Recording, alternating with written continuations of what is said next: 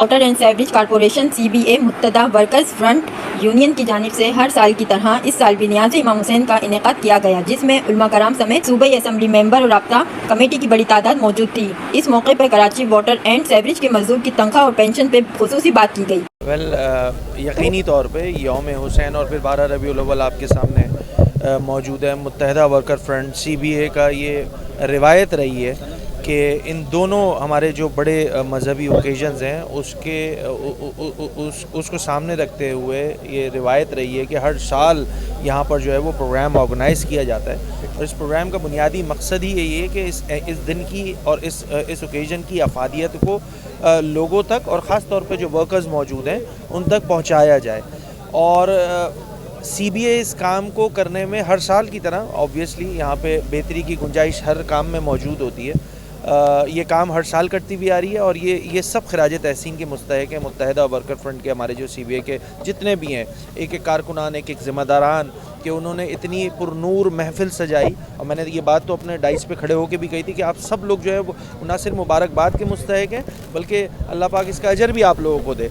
तो ये एक बहुत ज़बरदस्त महफ़िल थी और आज इस दफ़ा मुझे भी सआदत मिली कि मैं इस महफ़िल को जो है वो ज्वाइन कर सकूँ। अल्हम्दुलिल्लाह बिल्कुल किया। और यकीनी तौर पे जितने भी मुलाजमीन हैं Karachi water and sewerage corporation के, इनकी प्राइम रिस्पॉन्सिबिलिटी है कि वो लोगों को फैसिलिटेट करने में, क्योंकि एक यूटिलिटी प्रोवाइड करने का इदारा है, कराची में पानी की फराहमी का इदारा है, तो जो आपसी रंजिशें हैं, चपखलिश है, उसको तरजीह पे ना लाते हुए उसको ख़त्म करने की ज़रूरत है, पहली बात, ताकि लोगों को फैसिलिटेट करने में ख़ुद एक एक कारकुन जो वाटर एंड सीवरेज कॉरपोरेशन का है, रिगार्डलेस ऑफ के पॉलिटिकल एफिलिएशन उसकी क्या है, सबको मिल के जद्दोजहद करने की ज़रूरत है ताकि इस कॉगमायर से, इस दलदल से जो ख़ास तौर पर कराची के शहरी पानी की कमियाबी का शिकार है, उसको कम करने में या ख़त्म करने में एक एक एहलकार की ज़िम्मेदारी है कि वो उस काम में जो है वो बढ़ चढ़ कर हिस्सा मिला। कोशिश करते हैं हर साल के प्रोग्राम को जो है बेहतर से बेहतर कर सकें। और आपको याद होगा कि 2 साल पहले हमने यौम हुसैन का प्रोग्राम किया था, उसमें बारिशें हो गई थी और जिस दिन हमारा प्रोग्राम था उस दिन बेइंतहा बारिश थी। इस वजह से जो है ये प्रोग्राम थोड़ा सा लेट हो गया, क्योंकि बारिशों के दिन चल रहे थे और हम नहीं चाहते थे कि हमारा एक बड़ा प्रोग्राम होता है वो किसी भी अंदाज़ में ख़राब हो। अल्हम्दुलिल्लाह आज आपने देखा बेहतरीन अंदाज़ में हमने प्रोग्राम किया है, एक अच्छे अंदाज़ में हमने कोशिश की है कि प्रोग्राम को जो है डिलीवर कर सकें। और आज हमारे रहनुमा MKM पाकिस्तान के भी यहाँ मौजूद थे, वाटर बोर्ड की इंतज़ामिया अफसरान भी यहाँ मौजूद थे, हमारे कारकुनान और ज़िम्मेदारान भी मौजूद थे। लेकिन मसला ये है कि वाटर बोर्ड के जो मामलात हैं और जो मसाइल हैं वो जूं के तू हैं। और जाहिर सी बात है, आपको पता है कि हम एहतजाज की तरफ जा रहे थे, लेकिन हमने वो एहतजाज को मौखर किया और हमने पहले यौम हुसैन का प्रोग्राम किया। अब मैं आपको बताने जा रहा हूँ आपकी तवज्जुह से कि आइंदा हम एहतजाज का दायरा बढ़ाने जा रहे हैं।